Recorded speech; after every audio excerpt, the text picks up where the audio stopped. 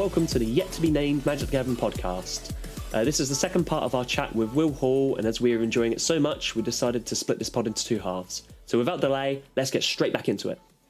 But like it's, I don't know. I don't know where I'm going with this. I don't even know how this started. What are we doing again? What are we talking about? Oh, how are you guys? Are you good? How's your day been? We're just chatting, and this is the beauty of it. But I tell you what, just what would be like pie in the sky stuff? What would be your dream gig? Like if there's only one thing. No, come on. If there's only one thing you could do left, like what would be the dream gig? There is a show I haven't done that one. Oh, so to me, yes, I did the Pro Tour, but I was a replacement, right time, right place, as I spoke about. And arguably, in some instances, there was other people that should have had that shot over me. It was a European Pro Tour. I was in the right place at the right time, knowing the right people. I do still think I earned it and did a good job, but I think you done a really good job. I just wanted to say, I was there with you, and I did watch some of. Oh man! And honestly, like, I think you done a great job, and I think you done a great job for the UK side of things as well. I really do. I would love to continue doing that. I would love to be a mainstay on the Pro Tour. I think that is a gig that I haven't got. I've been on the Pro Tour.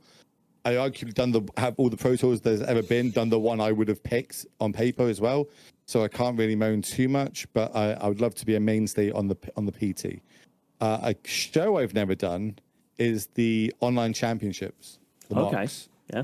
And I've done the arena championships. I was extremely ill when we did it, and I wasn't really briefed on how the show ran, if that makes sense. Okay. So with like legacy gigs and other gigs, you're kind of given a bit free reign to talk about. On that, it was very much. Okay, opens the show at 5 o'clock. At 5:02, talk about this slide. At 5:02, talk about this, and it's all very scripted because obviously it's a show. It's got a high budget production on it. But the first time I saw that was basically like 30 minutes before we went live. I was like, "What is this?" I didn't really know how to do it. And then I was also ill as fuck. I was literally shitting through the eye of a needle, and I was shaking. And in between, I was not in a good place. But I didn't want to cancel. I didn't want to be the guy that lets down the whole show. 30 minutes before we go live. So I fought through it. Probably I did an alright gig, but probably one of my worst gigs. But I just think because I was ill. I would love to do the arena championships again, but if I could pick an online one, it would be the Magic Online one, because it's just an 8-person field, 3 rounds of cube, which everyone loves vintage cube. I love vintage cube. Oh, yeah. And then it was, there's always 3 rounds of, it could be pauper, standard, pioneer, modern, legacy, vintage. It could be a big format that I'm very passionate in. Like the last one was modern, and that's another 3 rounds. And then you have a final, so 7 rounds total. I would love to do that. I hope that I'll get a chance to do it in the future. Is the only one really on my hit list that I haven't done of big shows. Nice. It's a good one. It's a good one to choose for, to be honest. It's not the biggest show in the world. It's not like huge. It's just, to me, it's the big 3 is the Pro Tour, the Arena Championships, and the mocks. I think they're the big 3 shows in Magic. You get the one-off, like Red Bull events and Twitch rivals and stuff like that. Mm-hmm. But they're the 3 consistent ones that I would love to, be consistently on, so to speak. Like I say, I look up to Corey. Corey is a staple in it, and rightfully so, he should be a staple in it. He is literally next level. Like I can't say enough about that, man. I always will have that guy's back no matter what, because even in some bad times that I've had in the last couple of years when it comes to Rolls on Magic, he's still the guy DMing me, going about. He's like, you've just made it. That's all it is. Like this bad thing that's happening right now, it just means that you made it. It's always going to happen. People, it's the internet. Just don't, water off a duck's back type thing. And I also think that I'm like, I've had real world problems. I've been in scenarios where there's not running water, and I'm having to drink out of bottles, and the water is now contaminated. Those bottles have been told they can't drink them, but you got to drink them. And I've been in real problem situations. Having an online faff is not a problem to me. That is just okay. Well, it is what it is. I'm this week's flavor of the month, so to speak. It'll blow over. It always does. It's never going to be anyone that's not met me. Everyone that's met me knows that I'm. No one's I've met has ever had a problem with me, so to speak. And if they have, it's been able to be resolved. I think who was it? Was it Christian Bale that said, if you got a problem with me, text me. If you can't text me, you don't have my number, then you don't matter to me, or something like that. Right, okay. I don't know the exact saying, but like that saying is awesome. You know what I mean? Like, if you met me, cool. You slide in my DMs. If you can't slide in my DMs, then I don't care about your problem. It's not a me problem. And I think I like that quote. I'm going to find it. I'll DM you it. I think that's just the internet through and through, though, isn't it? At the end of the day, Oh, yeah. You know, let's be honest. The internet is an incredible thing. Can also be the worst. You only really hear the vocal minority. There is that as well. Oh, yeah. And you know, even in some instances, they just jump on the bandwagon. It's not like they've got their own opinion of it. They haven't like gone to the source and seen whatever it is that everyone's talking about, and they had their own opinion on it. It's go with the public opinion to and I hate that. And even like just any controversial thing, like, you know, COVID, vaccinations, politicians vote. Obviously UK, we're about to have we're about to vote who's going to be the next prime minister, etc. I'll never judge anybody or try to sway anybody to vote how I vote or judge them on how they vote. And the same with any sort of online opinion with whatever topic it is. I just say do research. Just research what this is about and pick which one's best for you.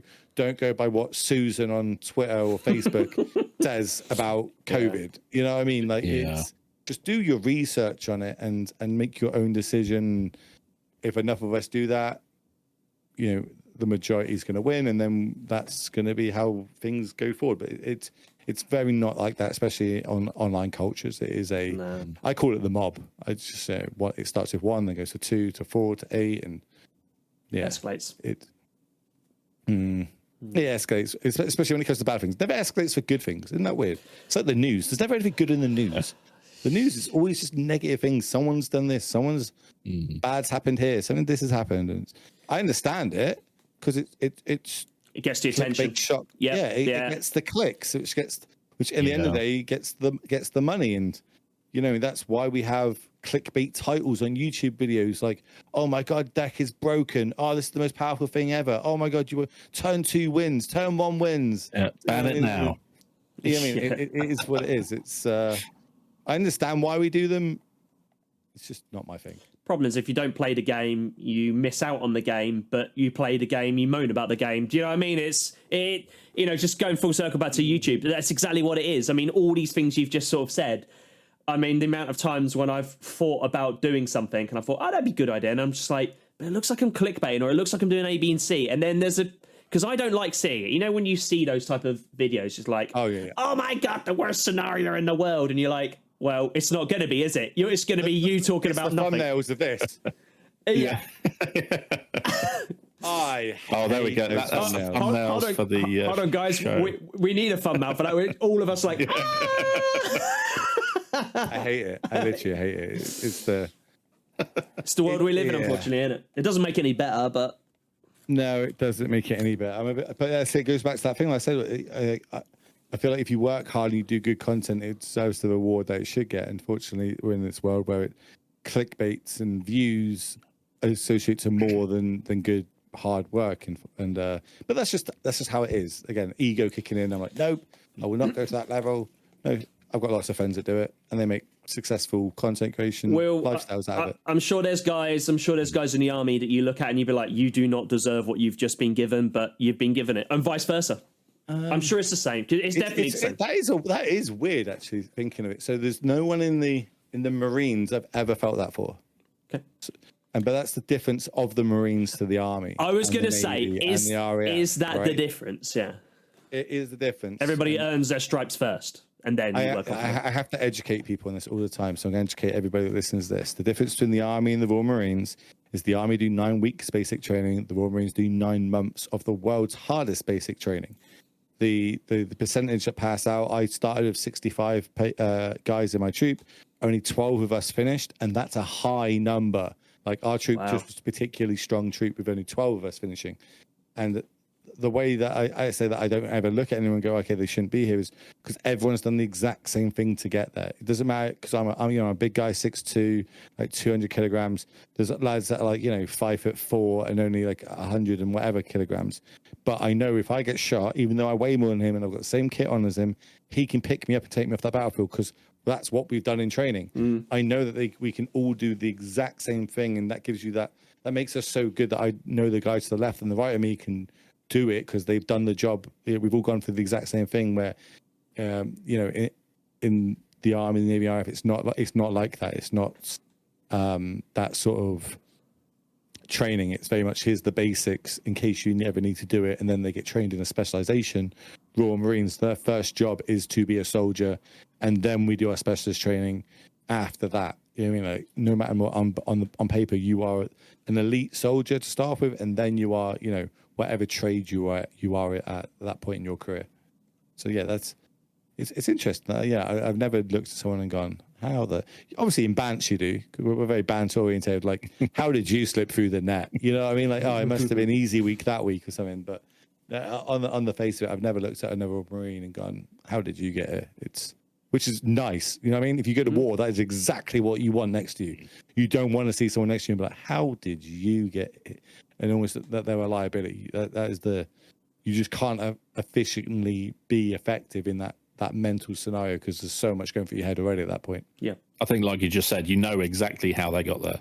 Oh, yeah. Doing it you've done. Exactly. The blood, sweat, and tears, the lack of sleep, and just going through hell and being rebuilt. And don't get me wrong, I would not change it in the world. I never meant to be a Royal Marine. I never meant to join the military. It all was just, again, me never saying no. I wanted to be a bodyguard originally. That was the first thing I ever wanted to be. I wanted to be a bodyguard in my adult life. I was like, right, I want to protect people. I want to help people. Weird.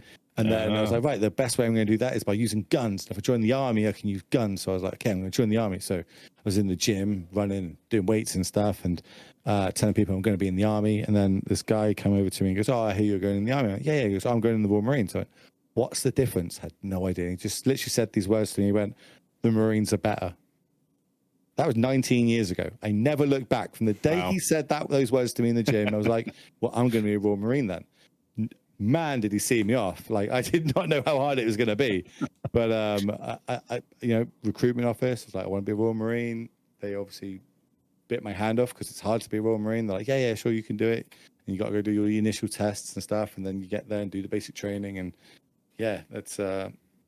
I thank him every time I see him. I'm like, just give me the best life choice I've ever made, even though it was hard, but it set me up for my whole life. My life is sorted because I was a Royal Marine. Like, it taught me all the basics, everything I need to succeed in life in general, beyond the Royal Marines. Whenever I actually leave, I've got 4 years left, technically 9 now. They actually gave me an extra 5 years the other day. Like, hey, we're going to give you an extra 5 years on your career. I was like, sweet, more pension. But that's a little origin story as well. Before Magic. That's the origin story before Magic. There you go. There you go, indeed. It is weird when I have to tell people what I'm going away for, though. So when I qualified for the Pro Tour, I was like, like a very low rank. And I had to go to my sergeant and be like, so I play this card game. It's a bit like Pokemon. And I did well in it. And I now need some time off to go to Nashville to play in a tournament for like $50,000. He's like, what the fuck are you talking about? Because the Royal Marines is full of like alpha males. You know what I mean? Like, it's every friend group that you've ever been part of, there's like an alpha male in that group. That's the people that recruit into Royal Marine training. And then out of all those alpha males, they only take the alpha males of the alpha males. And you know what I mean? That's kind of like the in quotes, if I was to explain what sort of people we get into the Royal Marines. And so I had to tell this guy, sports and rugby and gym and all that sort of stuff is like our main priorities, and war, that I want to go play Pokemon in another country for money. And he was like, what the fuck are you talking about? But he gave me the time off, and I was able to go to Nashville and play on the Pro Tour. And it was awesome. And met some amazing people there, which is, again, another amazing memory made because of Magic the Gathering. Sweet. Yeah, I think that's the thing, isn't it? It's such an incredible community, and we've all now sort of been going abroad and doing Magic stuff, and it's just you know, it is the community that keeps you going, and you bump into those people like, oh, hey, you know, last time I saw you was at Barcelona, how's things been going? Blah, blah. It's just, the community is fantastic, isn't it? It's the weirdest thing when people ask for a photo to take, can you sign a card? I'm like, you're me in the photo. Like someone the other day, this weekend, I was there talking to Martin User, and a guy comes over and he's like, oh, can I have a photo? And I was like, yeah, do you want me to take it? And he passed me the phone and hugged us both. And I was like, no, I meant of you two. He's like, no, I want you as well. I was like, oh, so I basically just asked, like, take a selfie. I didn't mean, like, to me, I'm still just a random at this event that, yeah, I just happen to be on camera occasionally, but I'm no different to anybody else. It's weird. And then they're like, oh, can you sign my card? I'm like, I'm going to devalue your card if I sign this card. You're fully aware of this, right? You're giving me consent to draw on this card. And they're like, yeah, sure. I'm like, okay, cool. That's why I kind of I've gone to like the token thing where I pay my guy to make tokens, because I can give people things now if they want them. I can draw all over that, and I don't feel like I'm devaluing something of theirs. It's I don't think it's anything I'll ever get used to, so to speak, or you know, the whole clout thing. I even say to like Alex Axion, who by the way I love Alex. I think he's awesome. Yeah, he does such a good job.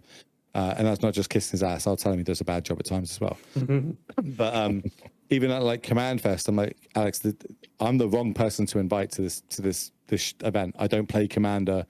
I don't know anybody here besides the content creators. Like I feel like someone else could take my slot in this. But then when it comes to the Mega Moderns and the competitive events, like that's the events I should be going to.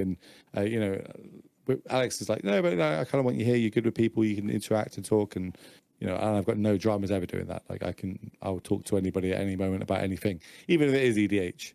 I'll be like, oh yeah, cool. So you got I've played a game before. Cards. Yeah, but I got a game in the books. Don't know if you saw. I'm kind of I'm 1-0 in Commander. Yeah. I'm kind of a big deal. You can touch me if you want. How did you get on at the Pack Wars? You did some Pack Wars, didn't you? Yeah, I was doing Pack Wars, and I wasn't very good at Pack Wars. No, behave. I feel like I'm okay at Pack Wars. Behave. Right, hold on. What Will was not telling you is that when I was playing my Pack Wars with Will and I was sat next to Charlie, he was playing both of us at the same time. It was just phenomenal. It was phenomenal. It's because it's like fun but competitive, right? Like I'm down to doing fun things like that. But I still open no value. Who is it who opened like 2 Vein Rippers? Just like, oh, cool, you just opened like 80 quid. So I think that was Woody from it might have been Woody, actually. The name's just gone for me.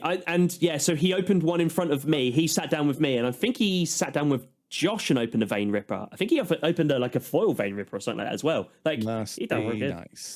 Must be nice. I mean, I pulled 2 mole gods, and I was pretty happy with that. No, he killed me on turn 2 with a mole god. That sounds like something Emma would do. Yeah. This is another reason why I don't open products, right? Because I feel like I always open rubbish.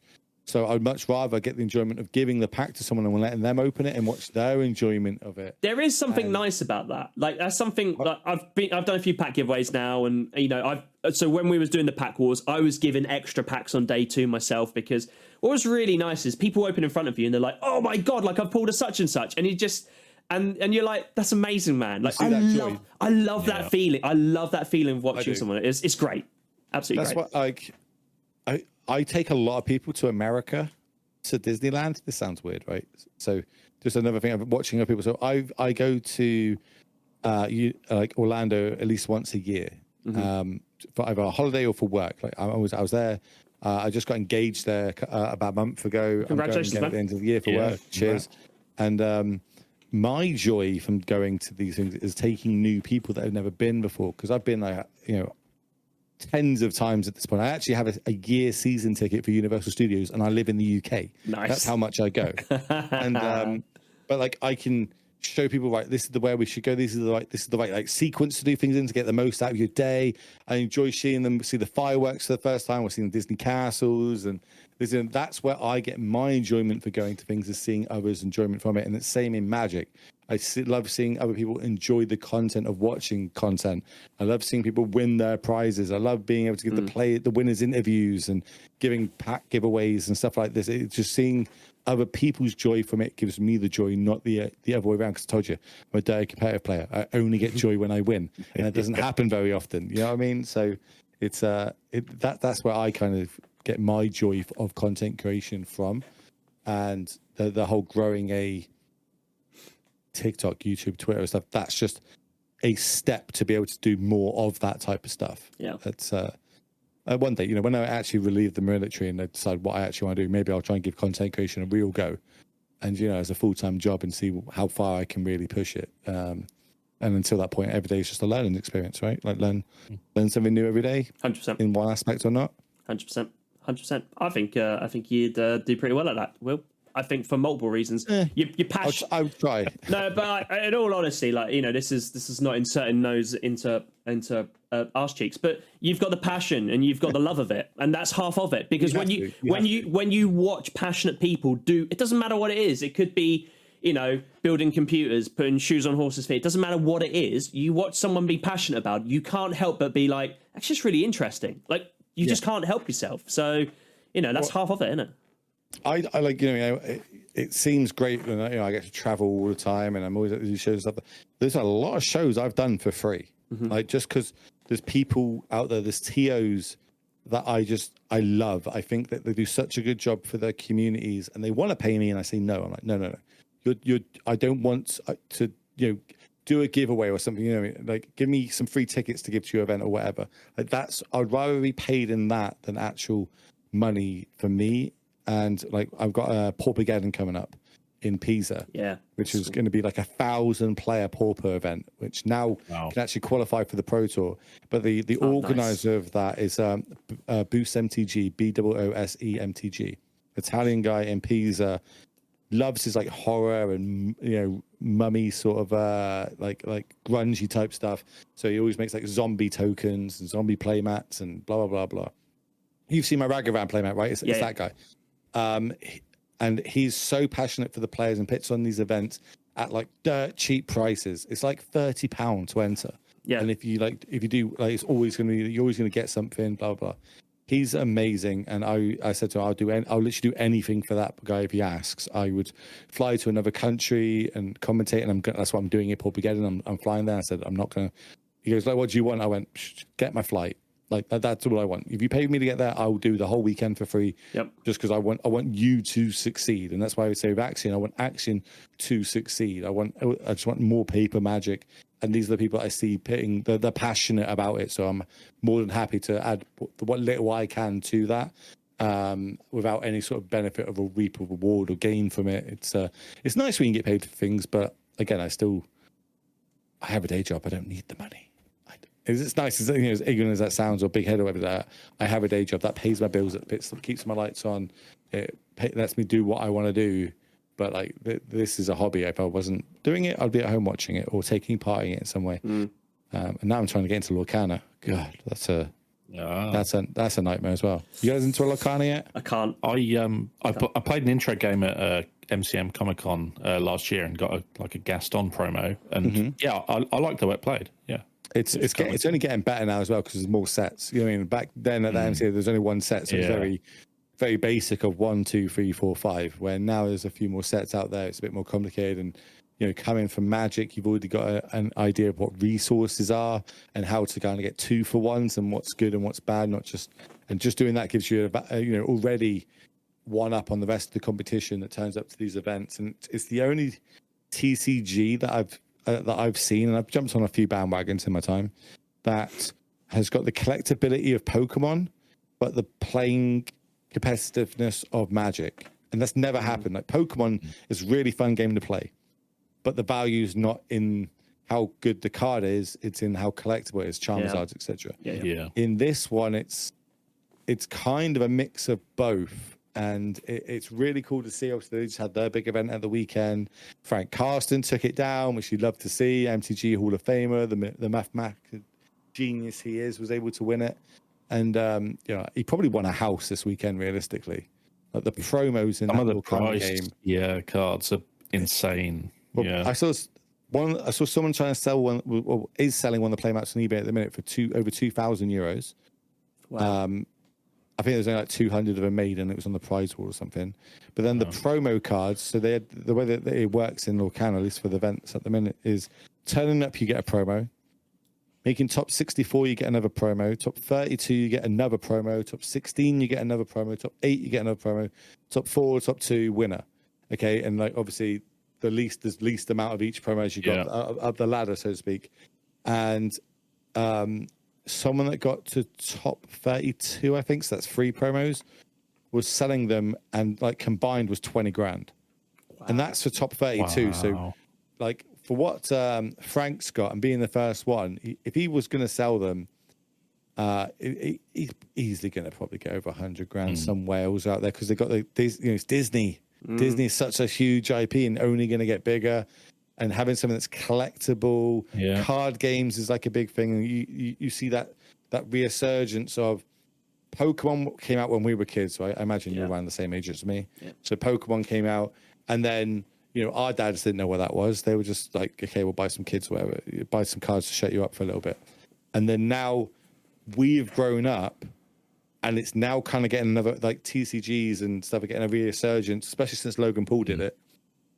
And now we've all got kids. I don't have a kid, but people our age have kids. So now they're able to get into this game with their kids. So they've got the collectability. They've now got the money as well to be in the collectible position. Yeah. And now they're able to get their kids into it. So it's like that big gap. So maybe we'll see another jump in another 10, 15, 20 years of another big, huge resurgence of TCGs, because our kids are going to grow up with it and blah, blah, blah, and you kind of see this spike in it. So that's what you're seeing it with Lorcana right now, having this huge IP, an actual playable game that is competitive. It does still have some issues. It's very snowbally, but it is what it is. Different metas, it's really, really cool. I'm trying to get into coverage of that at the minute, but it's very hard because Disney have the final say, from what I'm hearing from people that work behind the biz. So you could be the best MTG cast in the world, but if Disney say no, you ain't getting in. And all right, that's a tight one. That's probably a tight gig, but once you've got it, that's I hope so. Yeah, what I mean. One day, maybe I'll get it. I'm hopeful. Like this was the last regional champions. I think. Maybe Philippa as well. Actually, we might be the only two that have done every regional champion. I'm not sure. Maybe she missed one, but I've done every regional championships there is in Europe. Like I've not missed one. I was always the consistent that did it on every single one. So I'm hoping the next tournament organizer, tournament center, are gonna like reach out and get us there. I hear rumblings, but no one really knows anything. But I'm hoping I can continue doing that. I think it's a cool achievement. I've done all 6. I'd like to continue doing all 6. It's the biggest events we have in Europe besides the Pro Tour. And then, maybe that'll lead to jobs at the Pro Tour. Like obviously Philippa's she's got a job at Pro Tour.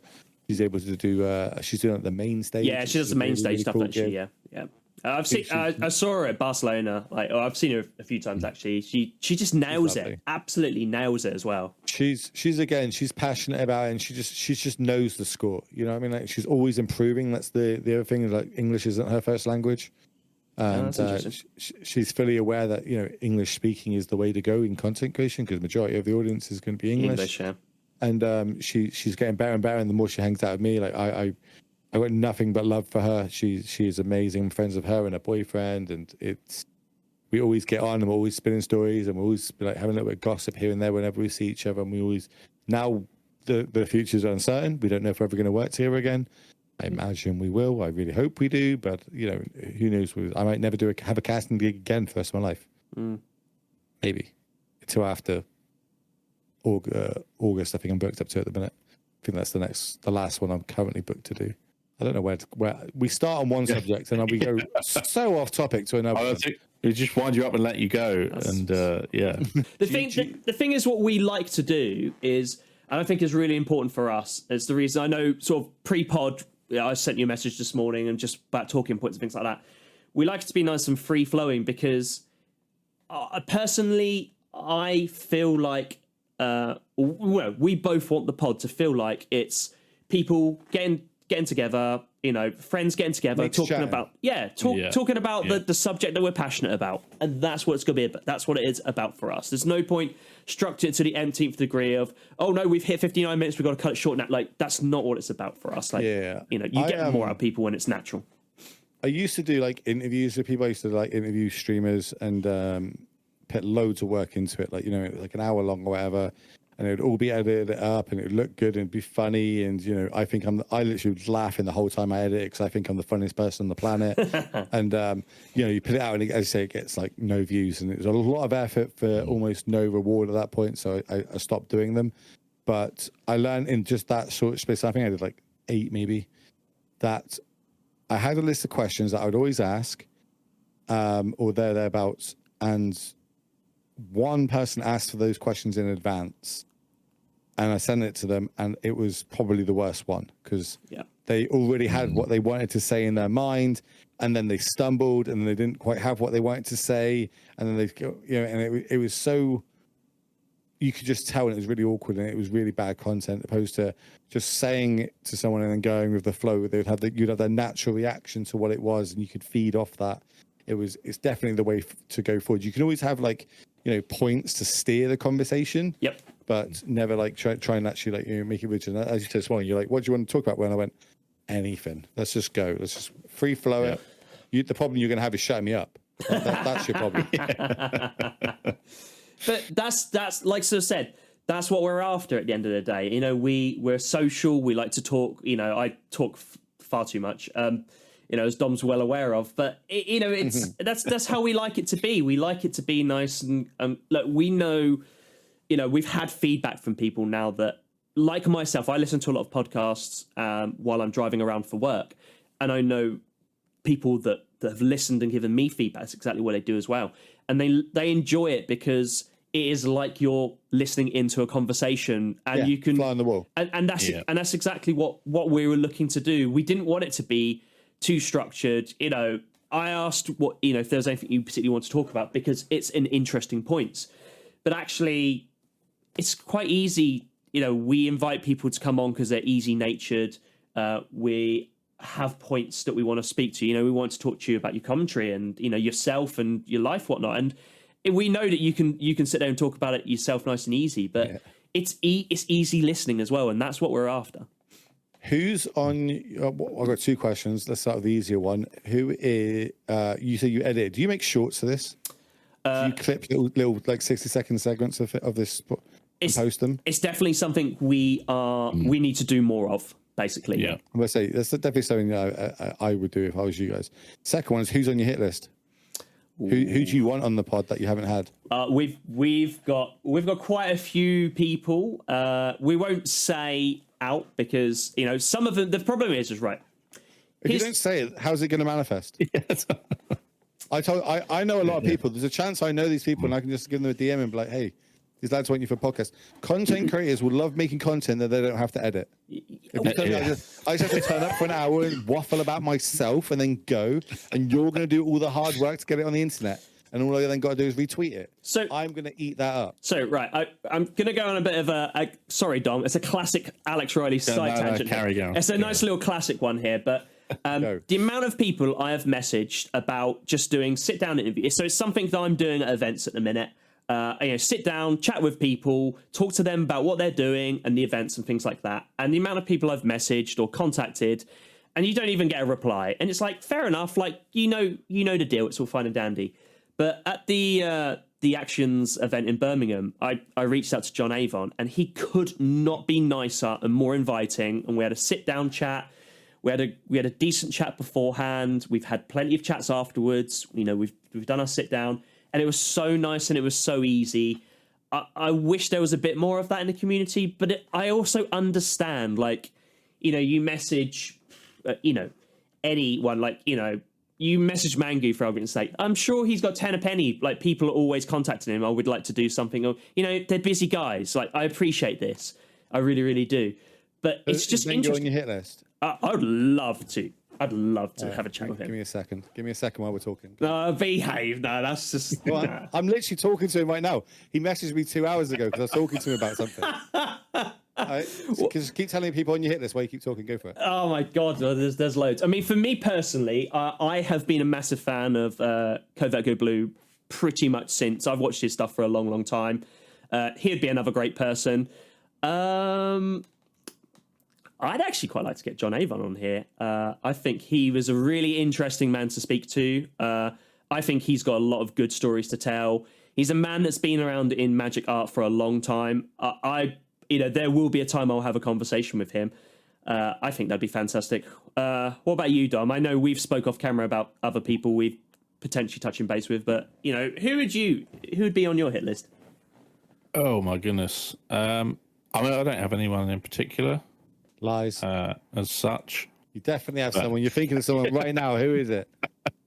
No, I know some people that I'd like to get on that I already know, who will come on, but that's good. Yeah. I mean, in terms of like magic celebrity, I don't know. I mean, Will, if you really want to pull it, I've been booking the guests. I haven't put too much thought into it. if you really want to go above and beyond and really pull it out for us, and you'd get like 100% 5-star guest of eternity.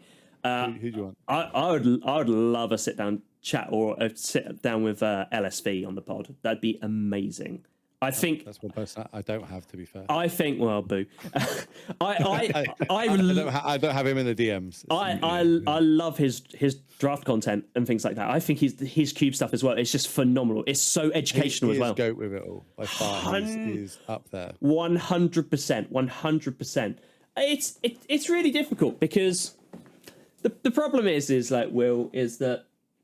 You know what it's like. I get far better responses by physically speaking to people. I know the first time I spoke to you, you were so generous with your time, and it weren't just a matter of, oh, hi, how you doing? And oh, by the way, I've got to go off. You sat there with me for like 20, 30 minutes, and I knew you were busy, and I think it was me saying to you like, shouldn't you be heading off? And you're like, nah, it's all good. Like, and I enjoyed every single minute of it. And I think again, just to the Magic Gathering community, it's speaking to these people and the community that makes it. Like, we all play, or everyone in there, we all play different formats, but we can all sit there and listen to anyone about their chosen subject. Story. Exactly. Story. And that's the fascinating thing about it. I mean, I know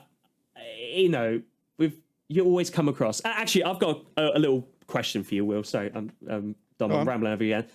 Who have you met within the Magic community have you ever met someone that's made you a bit starstruck? Or the closest to it, if not? All the time. I'm such a fanboy. It's like an ongoing joke. I'm such a fanboy with, like, the most recent one would have been Brad Nelson. Wow. Yeah. Like, Brad, I'm a fanboy of. Reed, I'm still a fanboy of. Todd, Tom Ross. I've never met CVM face to face, but like Goldfish, Seth. Obviously I say I'm the person that finds the players for these events. I just go to everybody that I'm a fan of, initially, and I just ask them. And luckily that we do our brand, we've done so much work in it that people are willing to take the time to be in it. And I'm always fanboying. Like, I say that to them, like, I'm sorry that I'm fanboying. I grew up watching you. Like, my Magic journey started watching SCGs. Yeah. And you were the mainstays on it. Like, this weekend, I was hanging out with Ali Aljazi, who again I watched on. I've got his token from the SCG when he had the Angel, and I've spoke to him a few times just with like, different bits of content. Like, but I met him for the first time this weekend, and me and him are so alike. We got on like an absolute house on fire. We now exchange numbers. We're DMing we're literally WhatsApping each other now. Like, this event and that event, because he now lives in the UK. And he's moved to the UK. I'm trying to get him to go to Axia next. Nice. I could probably get him on the pod if you want him. I'm like, I met him one time. I'm like, I could get him on the pod for you. I mean, your pull is incredible, Will. Or potential pull is definitely incredible. Well, I've sent Mengo a message for you, so we'll see what he plays. He might be in bed right now, but you know what I mean. And this way, I know people. Like, someone will say to me once, "Oh, I wish I could do a pod." I'll be like, I know exactly where to send them. You know what I mean? I've got a bunch of people that do pods. I know what audience want people to go to. Like, I've got Humans and Magic, like, again, interviews literally the biggest names in Magic he's got interviews with, but he's looking to go into sports. Okay. And like films and like people have got different stories that aren't Magic. He's trying to branch out from that. And I'm like, well, I know some film producers. I know literally like soldiers, like, you know, special forces ex-soldiers. People have got really good stories and backstories and just would love to sit down for an interview. So that's the sort of people I'd push to him. And then you got like the Chad Magic lads have just started their podcast, and they're looking for like competitive players. They've just got Sean Goodard on there, so like pushing the competitive players that way. You're after people that have got really good, like, you know, Magic the Gathering stories. I can push them towards you. Like, there's always, as long as I know what people are after, I speak to so many people and meet so many people. I know where I can kind of push people along. Like, there's even I got given a task on the last Mitgo Masters. I needed to find a content creator that played Modern of all formats on Magic Online, but wasn't a Magic content creator. Okay. And I was just like, okay, you're asking. I'll see what I can do. And I was able to find Luna Love, who's like a 3-time Hearthstone world competitor. Like huge like streamer, huge in Hearthstone. It's now really going deep into Lorcana as well, but really deep in Magic as well. But doesn't stream it as much. Managed to get her on, and she was awesome because she came in from a different direction. So all her brews were really, really cool to see. It wasn't just an off the beat meta deck. It was something that she thought about, tested, trialed, and every card had a reason for it. And just being able to hear her do it. So I'm going to get you some guests. I'm going to find some guests. I'm going to be like, right, do you want to do a podcast? These lads want to hear your story, because I also get to hear people's stories as well, which is you know, again, something. Yeah. Like Benson's got a really cool story. Benton Manson, I mentioned, that's 2 shouts out he's having now. 2 shouts to Benton.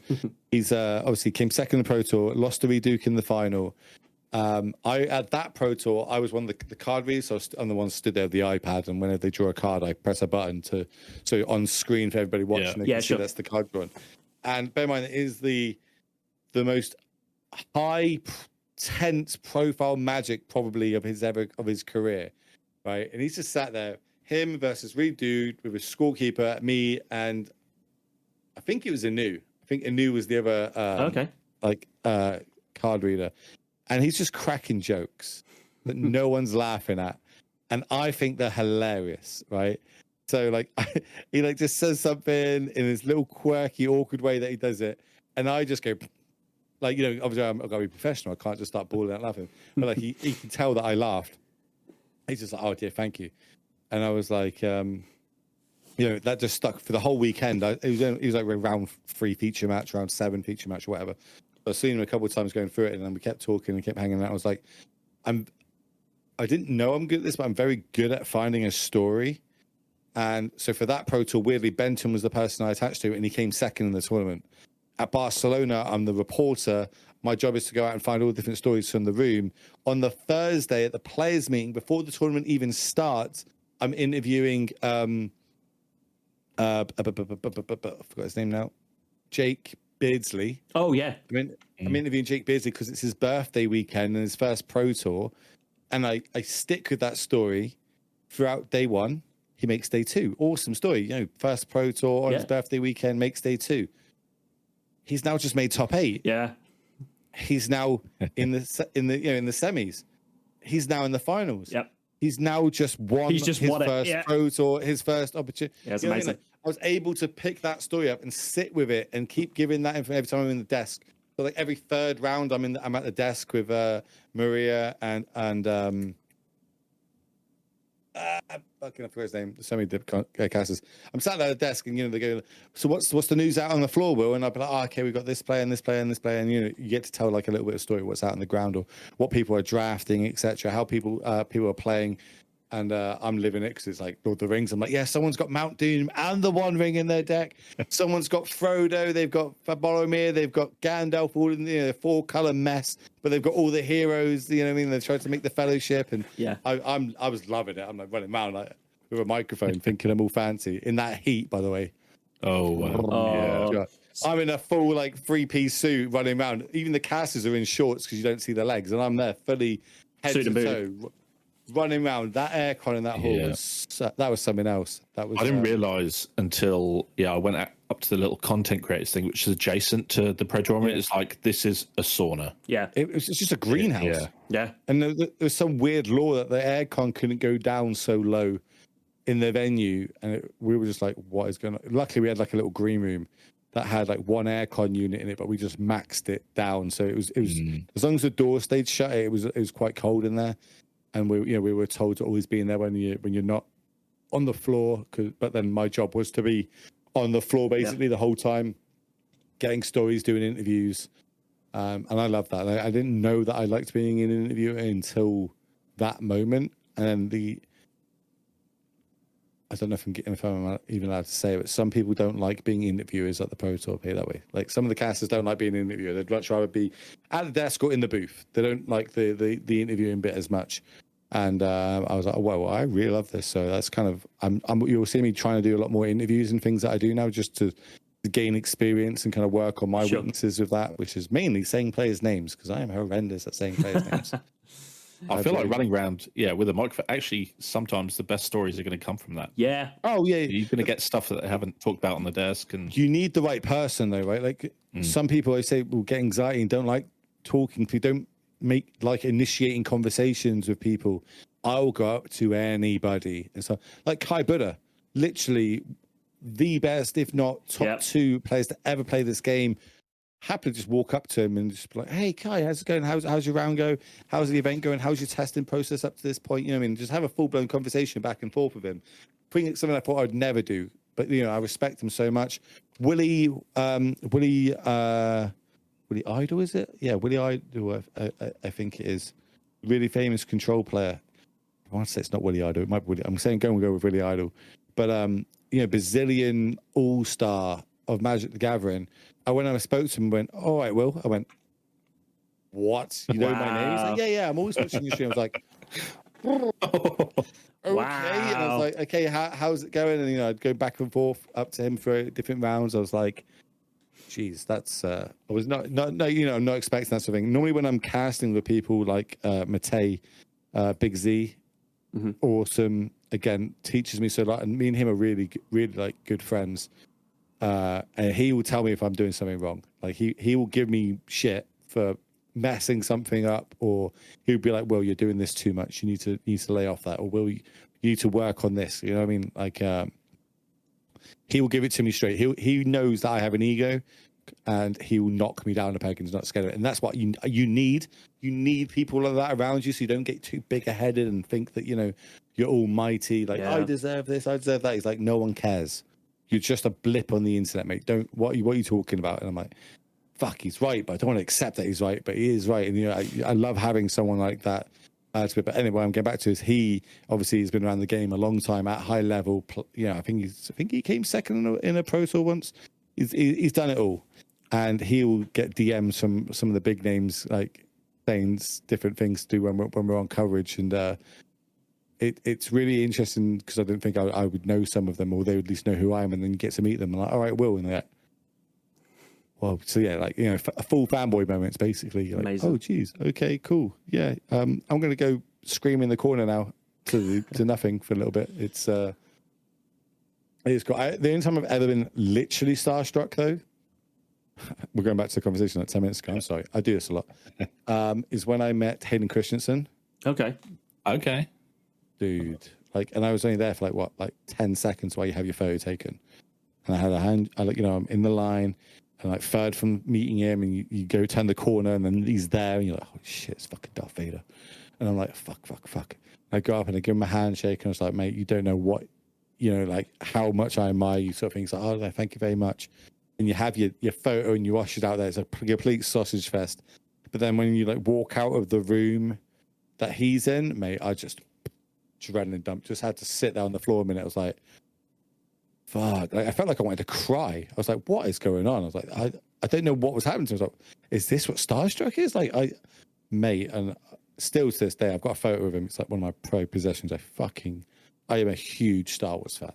Why we not got that secret lair yet? I don't know. But I want it. Oh, I cannot wait. Like it's only a matter of time, right? it was I one want, of We're getting Marvel, right? So it's the next step. I want all the swords. I want all 5 swords, but done as lightsabers. Oh, okay. So we, You know what I mean? I mean, that's an easy win, right? oh It's yeah. an easy win. It's gonna happen eventually one time. I was speaking. What's your opinion on this? So, I was speaking with Martin this weekend about it. Magic to me, at least until like 4 or 5 years ago, or whatever, whenever Secret Lair started getting pumped out, Magic to me was this fantasy game, a lot like Dungeons and Dragons. Okay, like we got wizards and zombies and goblins and dragons and heroes and bad guys and villains and whatever. And I'm okay with that. Lore-wise, I'm okay with that. It all makes sense in my head that that's a thing. And then the Secret Lair, My Little Pony came out. And I'm cool with that. It's a little charity thing, a little one-off for kids. Love it. Okay, cool.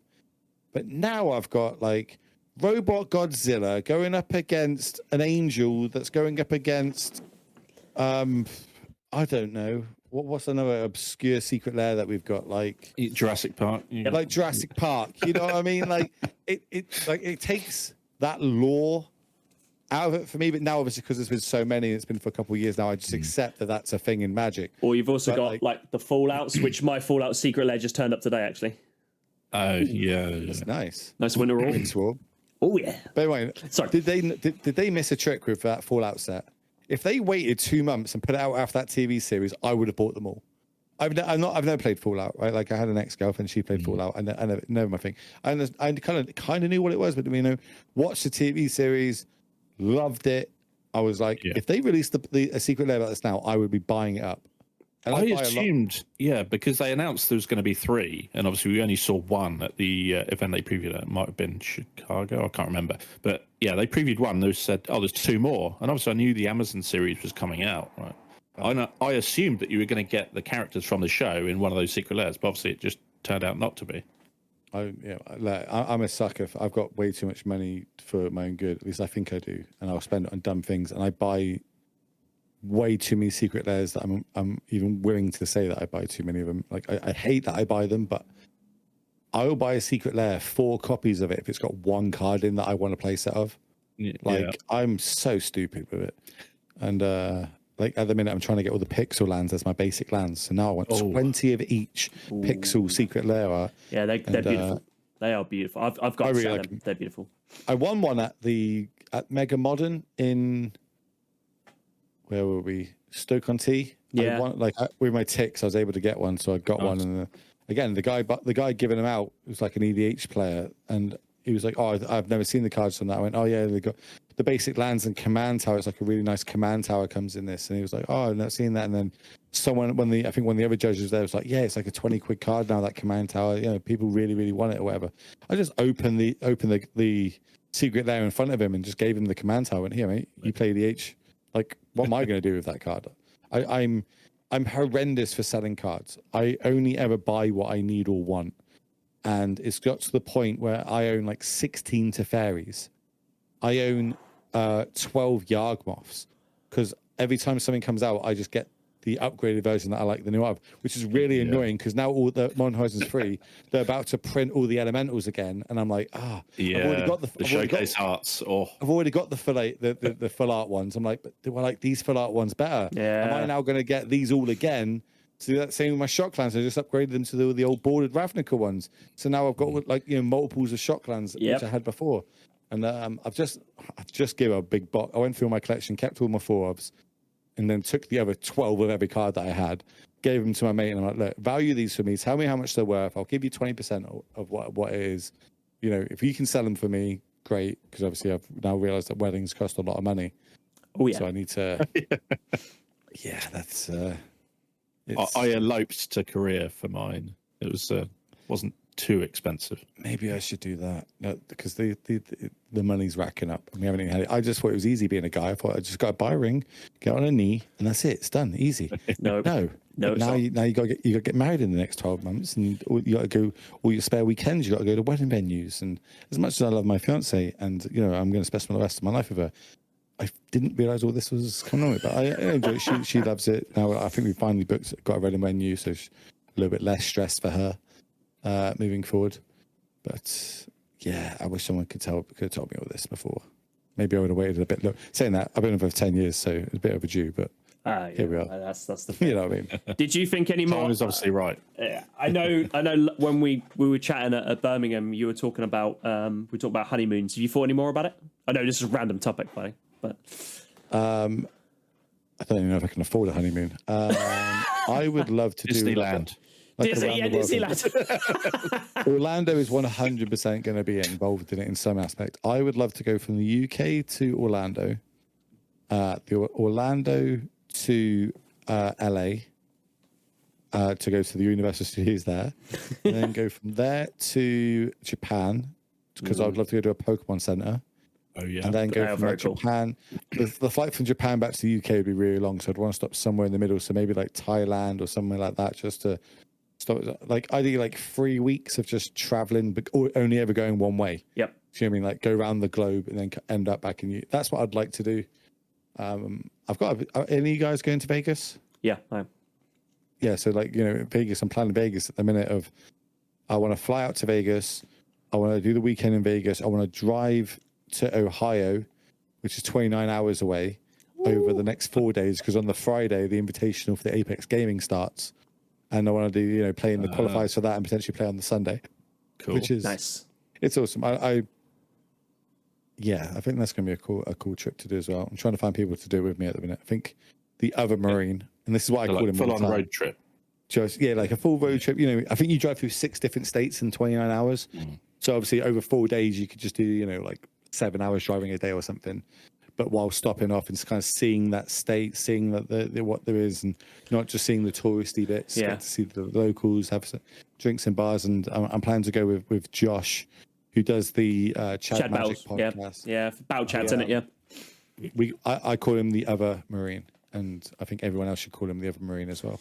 I mean, I can't. We probably couldn't. You could probably get away with it because you've got clout. No. When you see him for bounce, just be like, yes, this is Josh, the other Marine. And then people are like, who's the first Marine? And you're like, it's Will.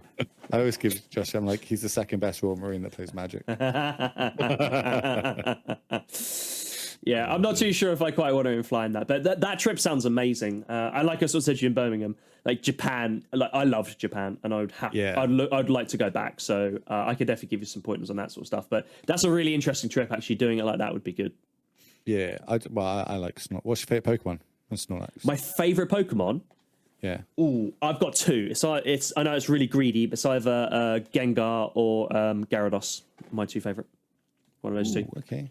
Shiny Gyarados is sick. I've still got, I know we were talking about Pokemon earlier. I've still got my original cards from when I was a kid, and I've still got them downstairs. Keep talking. Wait. Oh, he's going to show us. He's going to show us. I'm not going to go downstairs and go get mine, but I've still got a lot of my foils, and because I was quite keen on the Japanese foils as well, which is back in the day, like nobody wanted them. So I was just like, yeah, great, no problem. So I've got like a Sabrina's Gengar, I've got loads of Misty's Gyarados and that sort of stuff. I've got some really nice stuff that. You just saw me pull these out of a drawer and they're not even in a folder, right? That is horrific, Will. This is me when I was a kid. Oh, look at that. First edition Charizard. Oh, look at that. Oh my goodness. Look at that. Yeah. They just sit in a drawer and just gain value. Mine's still in a box. Like it's still in a booster box that I opened back in the noughties. Yeah, is that Blaine's? Yeah. Yeah. I was just first edition red cheek Pikachu. Yeah. That's cool. Pikachu was so ugly, wasn't it? Poor little thing. Before they updated the design. Before they made it cute. He's always been a kitty. I'm currently moving my room around at the minute, but I own a disgusting amount of sealed Pokemon product. I mean, I don't know if she's listening, but probably about grand's worth of Pokemon product. Like I just can't stop buying. Like, I buy dumb things. I told you I buy dumb things all the time. Hold on. Like I have 2 boxes of Japanese Pharos just sat here because Tanzakakia, sorry. Someone was selling them, so I was like, yeah, just buy those 2 boxes. I mean, Will, I'm just going to put it out there. Anytime you fancy an impulse purchase, but you don't want to feel guilty about it, you're welcome to purchase it, and you can send it to me and Dom, and we'll open on your behalf. It's fine. Oh, yeah. We will take that burden off of you, mate. I've got 2 unlimited boosters in next door as well, like that were pulled from a sealed box and streamed online.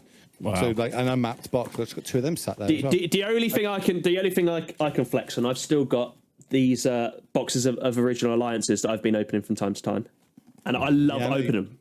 Love opening. I know. I still need to sort out a trade in my trade at the minute, which is I should plug that. That's what I should plug. You really should. I haven't seen you plug that for a while. I really haven't. I've had a few more trades since. So what I've been doing, just so people have any idea what the heck I'm talking about, I started about a year and a half ago with a dumb idea of trying to trade a basic island, just a Kansatake island, up until I get to a Black Lotus, so I can then give a Black Lotus away. And I'm currently at, I guess, around £1,000, like £1,000 worth of cards. I got like an original foil Windswept Heath and foil Cavernous Souls, foil Mana Drain, Judge Promo Mana Drain. That's the one I was after. Funny enough. A few other like little bit. I still got it. A few other little bits like going around. Yeah, I used to make TikToks about it, but then I got lazy. I'm just lazy at the minute. That's what it is. When it's doing something physically, I could do it, but I haven't got my head back into the editing game since I started doing casting. Like it's kind of like a offbeat. Like I actually want to start doing stuff now where like doing deck techs, but like just me with someone stood next to me, giving an interview about their deck, and just doing like on the fly deck techs, like, and just then I can edit it up from YouTube. I can just make it. I can post it straight away raw on Twitter, but then I can make like actually just cards on screen. Not too much crazy editing needs to be done, but I can put that on YouTube. I want to do a series on YouTube of deck techs for dummies. Okay. So kind of like the sideboarding thing that we're talking about, how people put hours into sideboarding so you can just buy it for $5. What if I just made a 5 to 10 minute YouTube video of what the deck is, what it does, how it works, how the combo in it works, so to speak, what the card, this is how you sideboard in what matchups, these are what people bring in against you, these are the decks you want to play against, these are the decks you don't want to play against. Just like a really quick 5 minutes. Remember those books that we would have had in school, like Math for Dummies? Yeah. I literally want it to look like that, the black and yellow with dummies so then, and just be like deck tech for dummies, and just have like each different deck that way. I did make a thumbnail for it once. Someone told me to always make the thumbnail first before you make the video. That's a good shout, actually. Interesting, yeah. And I thought that was really interesting because that's the first thing somebody sees. So you should build your content off that if you can. That's interesting, yeah. It does make. I don't know if I agree with it, but it makes sense. The problem is like the thumbnail can be make or break, and it as sad as it is, because the content itself could be absolutely incredible, but you could have the best thumbnail and it can be atrocious. But that's just YouTube, isn't it? Unfortunately, I think that's quite a good idea because obviously you're going through like the creative process of creating the thumbnail might give you more ideas as well about what you want to put in the video, right? Yeah, so yeah, exactly. It's a good shout. Isn't interesting. I think Mr. Beast does it that way as well. With if you're going to study anyone's YouTube videos, that's the person to study. It's just his own face with an explosion behind it. And again, if you ever get in like, if anything, fair one, just put an explosion in his face. If you ever think anything like, if anything bad's ever happening to you on the internet, right? Like say you cancelled, like say you're getting cancelled, anything like that. Mr. Beast got cancelled for curing blindness. Like, for giving people without shoes in a third world country shoes, for giving them running water. He gets cancelled for all these things, and like, what is going on? Like, he just did this off his own back. He understand. So they were like, oh, well, you spent $4 million blowing up cars and trains. That money could have gone to good people. He's like, yeah, they could have, but you don't watch the video when I cure 200 people of blindness. You watch the video of me blowing up yachts and stuff. So I have to make those videos that generate the money for me to be able to do the good things. Yeah. It's like a vicious circle. He's doing things he doesn't actually want to do to get the money to do the things he does want to do. And but yet you give him shit for that. And it's just people, again, not reading into the process and how. Isn't that a really horrible mirror to society, Lo? Oh, yeah, it's terrible. Absolutely terrible. I hate it. I hate things like the fact that if I say name a Kardashian to me, you'll be able to name one of the Kardashians, right? But if I say, okay, name a Olympic winner, you'd struggle to think of an Olympic. Like name like an English 100-meter runner. You can't do it. That's someone that's dedicated their whole life to one thing for their country, and you can't name it, but you can name Kim Kardashian because that shit grips me. I hate it. Like, I don't. She actually does quite a good lot of work behind the scenes that people don't see. Like, she gets people out of death row that don't belong there and stuff. They're falsely accused, and I think that's amazing. Using your platform for good like that, but the generic person can name someone like that, but they can't name someone that's dedicated their whole life to it. Can you name any of the Victoria Cross winners? People have got the highest honor you can possibly win in the British military. I know the guy that I don't know his name, but I know what he done for it, which was I believe was an American plane strafed the British convoy, and he went in and pulled a couple of guys out of burning tank or something like that. I think he get the VC. There's a lad who's in the army. He's retired now. Who's got a VC for pulling for. No, this is a different story from the one you're talking about. What he won it for because his tank convoy got ambushed. He was the front. He drove into an IED, and like obviously was the front tank. And this is how an ambush works: is if you can disable the front vehicle. Yep. And the rear vehicle, they're boxed in. So he knew that obviously he drove into an ID and didn't think he'd know about it. But then he could see more IEDs in front of him. But what he did is he drove into those IEDs to clear the way for everybody behind him because he knew that everybody behind him can't get out unless he drives into him. So he willingly, after being blown up, after taking an RPG to the face, basically, drove into all these mines and he won a Victoria Cross for that. He's still alive. Normally, if you win a Victoria Cross, you're not around to be presented it. Do you know what? Maybe that might be the story I'm thinking of. Because actually, that might be a bit closer to what I was thinking of. But he won that. That was in Iraq that he won that. Yeah, it's. That's right. There's only ever been 10 Royal Marines to win Victoria Crosses, because Winston Churchill kind of seen us off a little bit. But if you don't know what sees us off means, it's basically like throw us under the bus a bit. Because he said the everyday actions of a Royal Marine deserve a Victoria Cross. Never said he since that we've never won a Victoria Cross. We've only ever won I say only military crosses and stuff like that, but which is the second highest honor. But no Royal Marine since has won a Victoria Cross. There's only 10 Victoria Cross winners. That's interesting. I like my military history. It's again something that I'm passionate about, and being dyslexic, if I'm into something, I will read everything about it, head to toe. Like Dungeons and Dragons, like I'll read head to toe in everything Dungeons and Dragons. I love Dungeons and Dragons. I've been playing it for like 20. God, I'm old. When did I start? 12.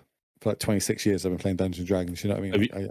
Have you got a campaign going on at the moment then? No, I'm too busy. It's my. If I ever can free up any time, I do occasional one shots, but I'm too busy at the minute with like life and work to commit to a real campaign. I love DMing and I love playing. I love second edition. That's my passion is second edition. I think it's D&D on hard mode. It's the edition that I grew up with, and I always say that to my Civvy friends. I'm like, look, if I ever get free time, I want to do D&D again. I started playing more 40k recently. Oh yeah. And by playing 40k, I mean learning all the lore of 30 and 40k, buying all the models, building the armies, but never actually playing with them. So my friend who's less fortunate than me can't afford the models, but loves playing. So it's turned into this racket of where I buy the model, I build the model. I love building them because I'm like an engineer. I love building these models. And then I'll kit bash them or do whatever I want. And then I give them to him and then he plays with them. But neither of us actually paint them. So I'm looking for a third member to paint them. I build them. Someone can paint them. He can play with them. Is where we're at. But since I don't actually play, I own 4 armies. I own Ultramarines, Blood Angels, Dark Angels, and Tyranids. All the Marines plus bugs. I'm a Royal Marine. I have to have all the Marines. Do you know what I mean? And I'm really into my 40k. Because all the traveling I do, I listen to a lot of 40k audiobooks. Like that's my thing. All the Horus Heresy stuff. Yeah, I've been. Yeah, I love it all. I love all of them. I'm really, but the thing is, it's expensive for me because will like have an audiobook, and then I'll be like, so I started with Emperor of Mankind, and obviously that's all about Custodians. Oh, I got 5 armies. Custodians is my first army.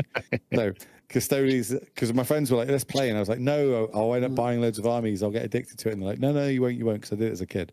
I was like, okay, what do I need to buy to have the least amount of models but the most amount of points to play? They're like, oh, go Custodians. They're like, basically gods. I was like, all right, cool, I'll go Custodians.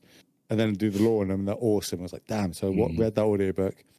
And then I was like, okay, I'm going to read the audiobook, Desecration of Baal, which is all about blood angels and their homeworld getting invaded by Tyranids. So then I fell in love with Tyranids and Dante, who's like the leader of them. And I was like, oh my God, right. So now I'm like, I bought a Blood Angels army and a Tyranid army.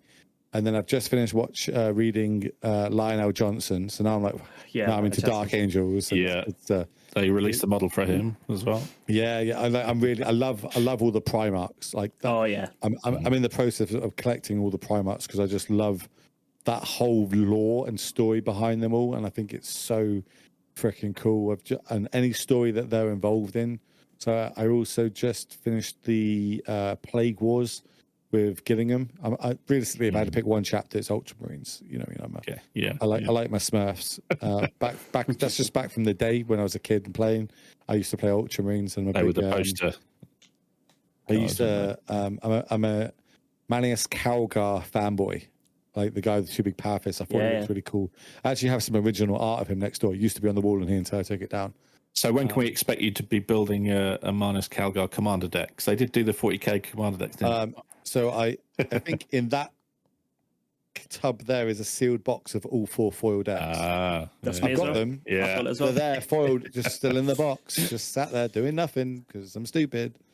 But yeah, I did. My friend bought them all and played, and he's like, "Which one do you want?" Calgar, give me Calgar. Yeah, because you can also use the Inquisitor instead, can't you? Like, yes, yeah. And I was like, no, I'm Calgar. What are you talking about? This is a bone of contention between me and Dom, by the way. You've walked into a minefield unexpectedly here, Will.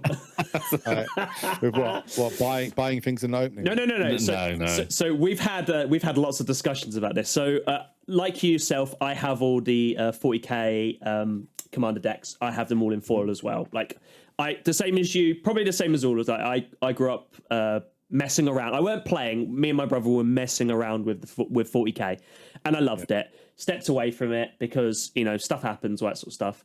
I then during lockdown started to paint again and loved it. Fell in love with it. But anyway, so once they announced these ones, I was like, I want to get all of them, and I want to get them in foil because I love foils. Anyway, the Imperium of Man one. I still think that Maris Calgar is the best face commander.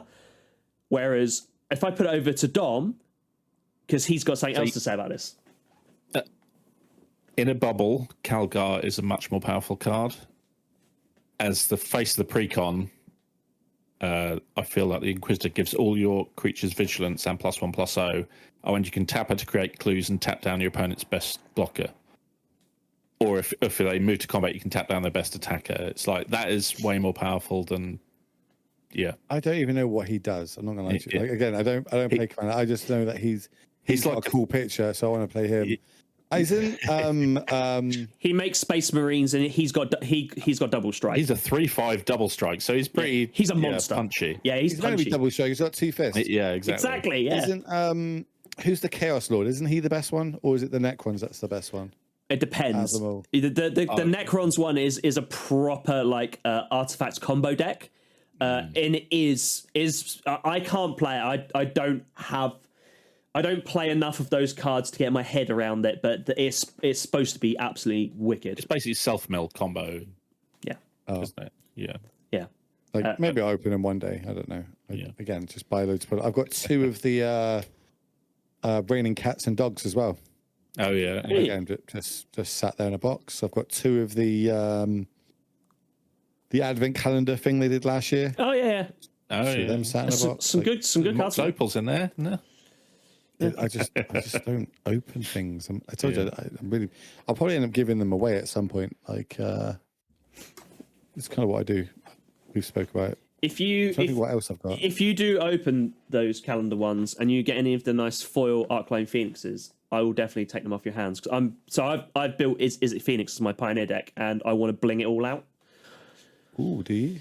Yeah, I do. Wonder if I've got any. Why did you choose? Why did you choose Phoenix? For a number of reasons. One, I like the style of play. I've watched a few people pilot it, and I like the style and I like the way it plays. There's always been something about Arclight Phoenix. I don't know what it is, but I've always sort of had a bit of an eye on it. But like the main thing is the way it plays, because traditionally I'm blue white all the way through, but I've really liked it. The other side of it as well is that I have also built Murktide in Modern, and the two knit together really nicely. Because it's the same type of decks. I can have the same lands, because what I didn't really want to do is start like blowing big money, and I don't want to start having 8s of Steam Vents and 8s of Forza, all this sort of stuff. So I can interchange around a little bit, and it just so happened it settled really nicely, because I've had a bit of a shift in the last few years, but I want to build a deck, and I want to master those decks, and I want to always then upgrade them, and that's how I want to play like competitive Magic. Especially in like Modern, like you kind of have to do that, right? Like you can't afford every deck in Modern. It's a lot. You kind of want one deck that's good in one meta, and then the deck when it's bad in the meta, you want the polar opposite deck that's good. So no matter in what meta, you're always going to have a playable deck, and then you kind of want 100 sideboard cards for that one deck, so you can adapt it to kind of any meta. Yeah. And as you say, learn it inside out. Nikachu is a classic example of that. Always plays Merfolk, always finds a way to win, and it's kind of because you study that deck through and throughout.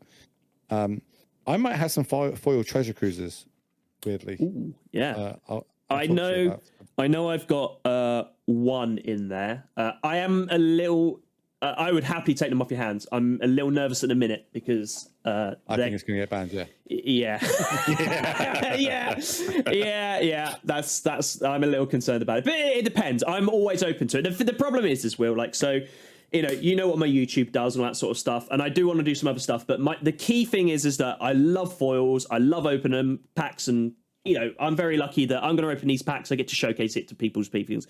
But what I want to do in terms of competitive nature is, I know people always shy away from foils, and I get it. I do understand it, and I'm quite prepared to take my medicine if that's what ends up happening. But I want to bling out my decks. Like, I've got half of them already. I get you. And I love it. That's my unique thing. I love the foils, and I love the fancy old arts. I love showcasing them. I mean, I put some of my prize cards, or my absolute gems, they're in my decks because I believe that nice things should be played and should be seen. I've only just started in the last 4 months double sleeving my cards. Like, everyone's like, why don't you double sleeve the Weapon of Fortune? I'm like, I'm not selling them. They're there for my value. I want to play with them. They're not there for me to make money from or resell. It's just, I want them. But then, as I said, we just keep printing new cards. Like, now I've got to upgrade all my Dragon Age Channelers to the old boarded ones when they come out. I've already got the fancy Ragavans. Do I want to upgrade my fancy Ragavans to now old boarded Ragavans? Which, it's a never-ending circle, really. I mean, I'm after some Ragavans as well. So, I mean, Will, I think I could probably help you out, and you can help me. Oh, okay. Oh, some trades. I got the 4 like artifact-looking ones. Yep, I do. When they went to Chandra as well, I got 4 of those. Because weirdly, my friend bought my 4 original ones, so I could buy these, and I could sell these to you, and I can get 4 of the. Okay, I like it. I'm down. I'm always down for nice cards. Like, I don't know what it is. I'm just a magpie for it. But I need to show you my infect decks. I got both green, blue, and green, black infect in foil. Ooh, yeah, like complete. Like, that's. And I always go for the expense, whatever the most expensive foil is. That's the one I've got in those decks, even though completely unplayable. What's your go-to? Random question here. When you're building decks and you're putting basics in, you want them to look really, really nice. What's your go-to basic? I ask this question a lot on stream as well. This all depends on how many basics I need to put in the deck. Okay, go on. Explain why. So if I'm playing 5 color money pile and I just need 1 of each, it will probably be the snow code pixel lands. Oh yeah, cool. If it's 20, like say I need 20 of each basic because I'm playing mono red or something, it's Urza Saga basics because that's the set I started with. Oh, nice. So like that's my 20 ofs. If I need up like 5 of each, I will go to my normal pixel lands now. If it's depending on the theme of the deck as well, I might mix up some of the basics to pick, like, you know, the black on black ones, or the Neon Destiny ones are really, really sick as well. It depends how many of that basic I need. I've got like a tier list. Okay, just one, it's this set. If it's 3, it's this. If it's 4, it's that. If it's 6, it's that. And I have a big box, and that's Wizards' best way to get my money is by pitting a shit set with great basics, and I'll buy it. Like, I love lands. I love them. Like, what's that? What was the stained glass lands? What set was that in? Dominaria. Dominaria. Yeah. Yeah. Dominaria. Like, not a fan of the set, but I want the basics. Bear in mind, nice. when I grew up, when I first started Magic again in 2014, the only full arts you could get was like the original. It's not Ravnica, whatever the original. Zendikar, right? Yeah, Zendikar ones. Yeah. The original Zendikar ones from like John Avon. So, you know, they were like $4 or $5 each, and, you know, having them was like, oh my god! And the unglued ones were something next level. Was it unglued or What's the John Avon ones that are in unset? Those ones. Oh yeah. They were like stupid money. So I liked the ones before it that like got the fancier border. Yeah, with like I know exactly what you mean. Yeah, I do know what you mean. I use those a lot as well. They're like one of my go-to basics. Yeah. Unglued, Unhinged, unglued. Unhinged are the ones you got. Unglued are the ones I got. Yeah. Yeah, unglued is the ones I like. Yeah, they're so sick. Yeah. Amazing. I love basics. I do like pimping a deck out. I know I was always about just getting the cheapest version. Don't care if things don't mix match. And then I got older and I was like, actually, I really do care. So now I've just accepted, just get the fancy one straight away, go crazy. And obviously I've just got into Legacy recently because I thought, I've got, why not waste your money even more, Will? So I of course. Before I got to the actual deck that I wanted to play, I actually built 4 different Legacy decks. Like, it just evolved. I was like, my LGS, there was a bunch of lads wanting to go up to Firestorm to play in this big Legacy event that they were having. So I was like, yeah, I'll come. Oh, I'll play Infect because I get to play Infect. Yeah, format that it's actually playable in. So I bought the deck, 4 Trops, all the Wastelands, blah, blah, blah. I was like, cool. Played the deck online, got absolutely destroyed. It was like, this deck is terrible in this meta. Can't play it. So I was like, okay, what else can I play at short notice? Death Shadow, I can use my shocks for that because blah, blah. And then I had a friend selling 2 Underground Seas quite cheap. And I was like, okay, fine, I'll buy 2 Seas. And I was like, okay, well, I don't need to play Death Shadow. What else can I play? I was like, well, I can play the Reanimate deck. That's, like the blue-black Reanimate list. That's kind of good, one of the tier decks at the minute. So I bought into that. And then I was like, well, I've also got Trops. I've seen the Sultai Scam list. I'll play Sultai Scam. So then I built that deck. I took it to that event. And bear in mind, I've never played Legacy. Was able to win the event. No way! And, Nice. It was really cool. I was like, I just sat down against. I got the round 1 bye. I was like, sick. I'm 1-0. And then I didn't lose a game of Magic until I got to my first feature match. I've got a terrible feature match record. At that point, I think I was 2-6 or 2-7. I think I was maybe 2-7. I think I went to after that feature match. And then I went out for a day, and then I won all my next feature matches, and took it down.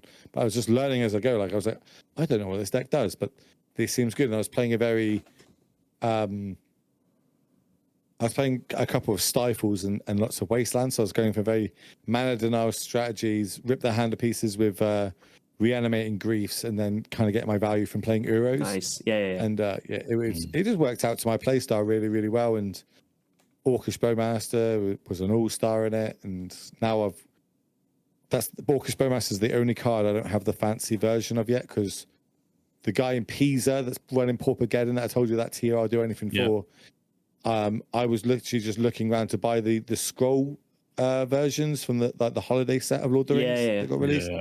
I really like those. I want 4 of those, and I said to him, I was like, look, do you have any of these? I'm looking to buy a couple from different places on Card Market. And he was like, no, I'll get you 4. Just when you come to Pisa, I'll have 4 of them. You can buy 4 in one go for me. I was like, all right, cool, 6. So when we end up going to Pisa, I'll have them as well. I've just upgraded. God, I talk some rubbish.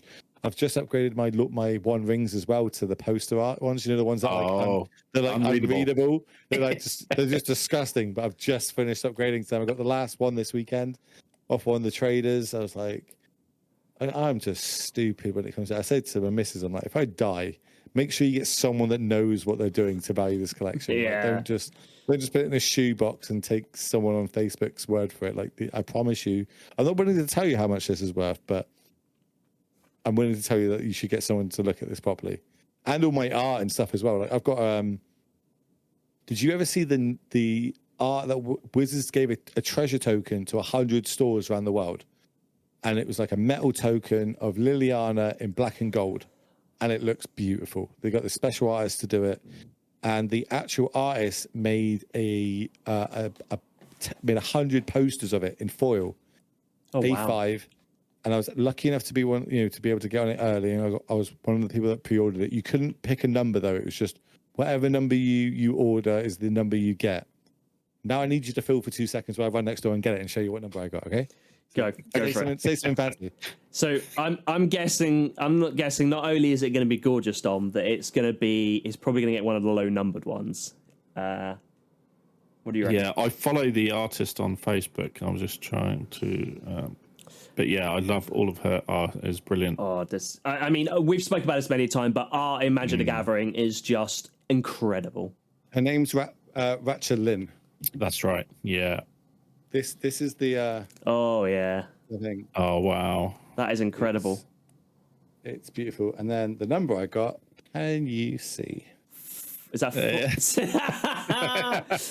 for anyone that's listening and not watching on YouTube? It's 69. Yeah. Nice. Let's go.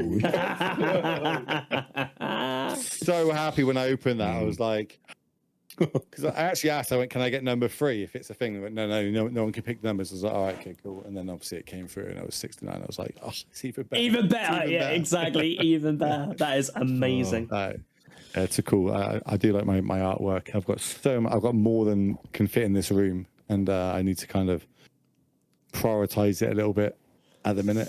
My missus is like, you can't hang that up downstairs, so I'm trying to convince her. I'm trying to get art that's nice, that she doesn't know is Magic the Gathering art, but it's actually Magic the Gathering. I've got this problem with these giant cards. They're not allowed in the sitting room.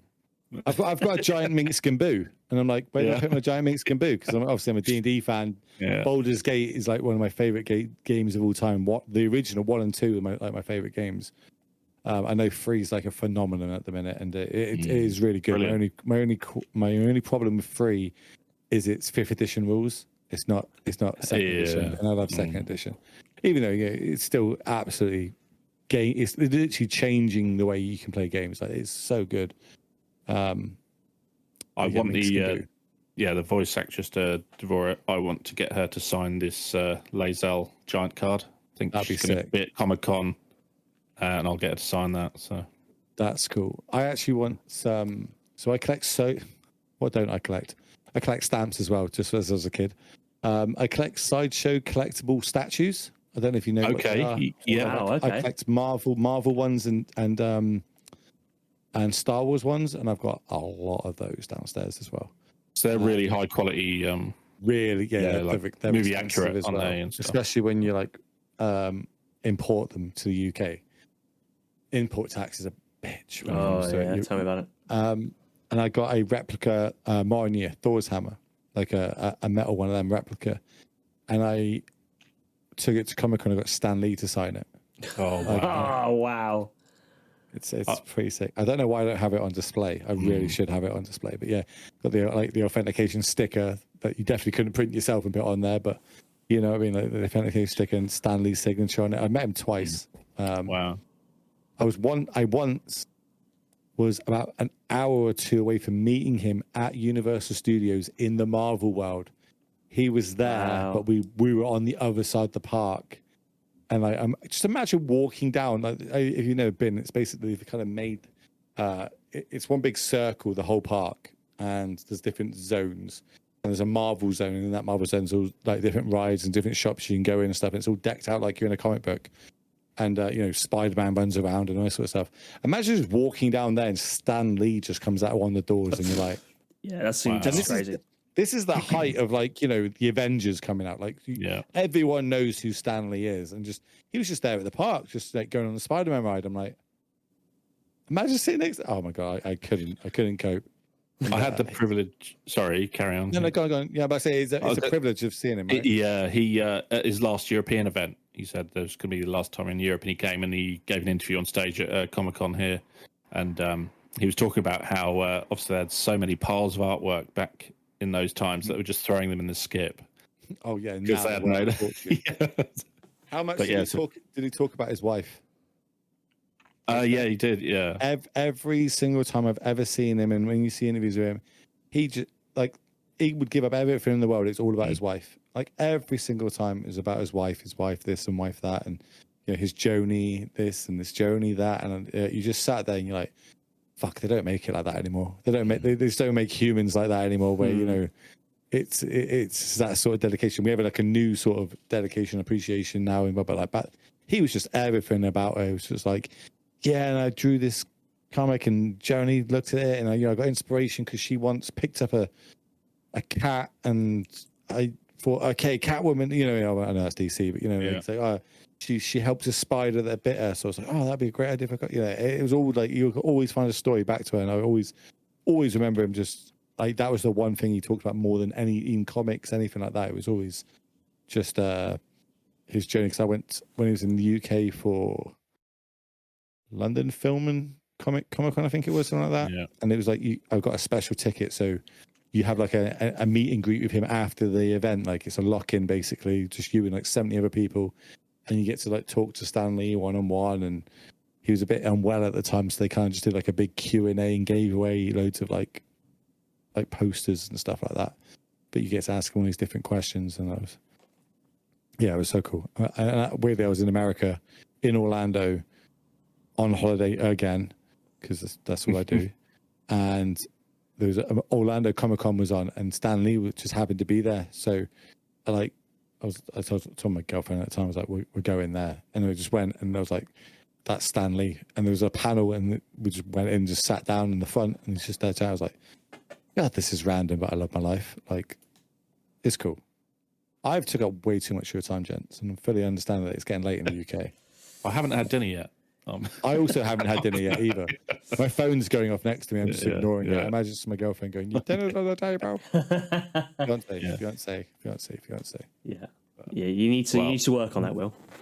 Yeah, to be fair, she doesn't even have a ring yet. I bought a ring, and I literally took hints for a year of like, oh, what's your size, blah blah blah. And I was like, you should measure it just in case, blah blah. And she measures a ring finger on a bit of paper or something. I didn't know this until later on. And she told me a ring size, so I bought the ring in that size. 6 sizes difference compared to what she actually is. So it's now been sent, must have loved you. Yeah, it's now sent away so they can cut a big chunk of it out. And but so currently she doesn't answer the rings. Technically, she's not my fiance until that ring goes on her finger. But it was on there for like a week, and then we had to send it off. So she doesn't have it right now. She's probably listening downstairs now and just going to shout at me when I finish this interview. But here we are. It is what it is. I appreciate it, gents. It's been a pleasure. Yeah. No, thanks very much for joining us.